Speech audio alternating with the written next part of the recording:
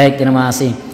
Ini ada yang menanyakan, masuk akal enggak sih mata kaki tertutup kain masuk neraka? Baik, memang ada hadis Nabi seperti itu. Ma asfala minal ka'bain minal izar fafinnar. Apa yang berada di bawah mata kaki dari kain kita, yang dari atas ke bawah ya, bukan yang dari bawah ke atas. Dari bawah ke atas contohnya apa? Kaos kaki. Tapi ini yang dari atas ke bawah. Memang Nabi menyebutkan begitu. Ma asfala minal ka'bain minal izar fafinnar. Apa yang berada di bawah mata kaki maka itu menjadi bagian dari api neraka. Topik bahasan ini sudah pernah kita bahas di tempat ini. Disitulah kemudian para ulama menyebutkan apa hukum mengangkat kain.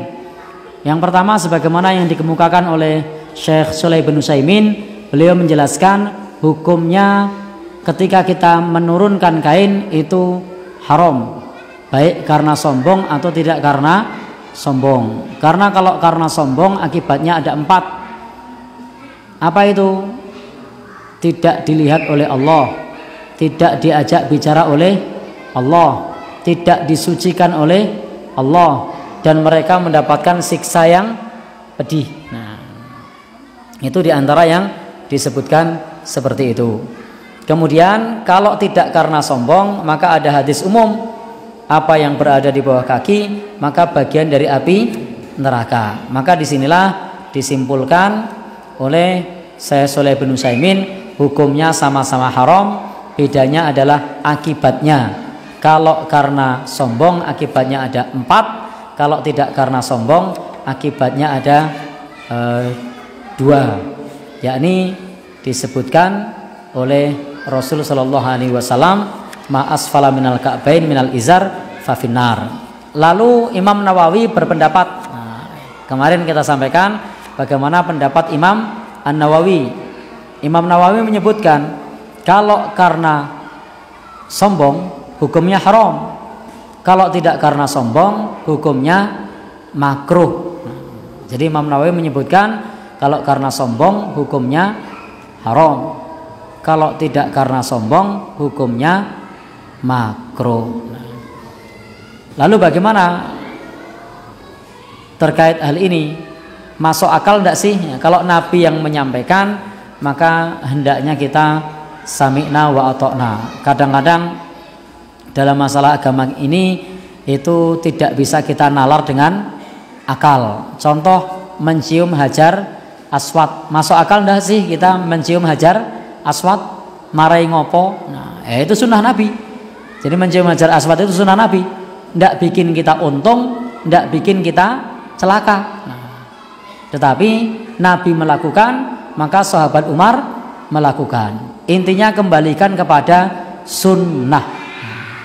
Jadi masuk akal atau tidak, kembalikan kepada sunnah. Sekarang misalnya mencium hajar aswad, masuk akal enggak? Bikin celaka? Tidak. Mendatangkan manfaat? Tidak. Tapi Nabi kerjakan.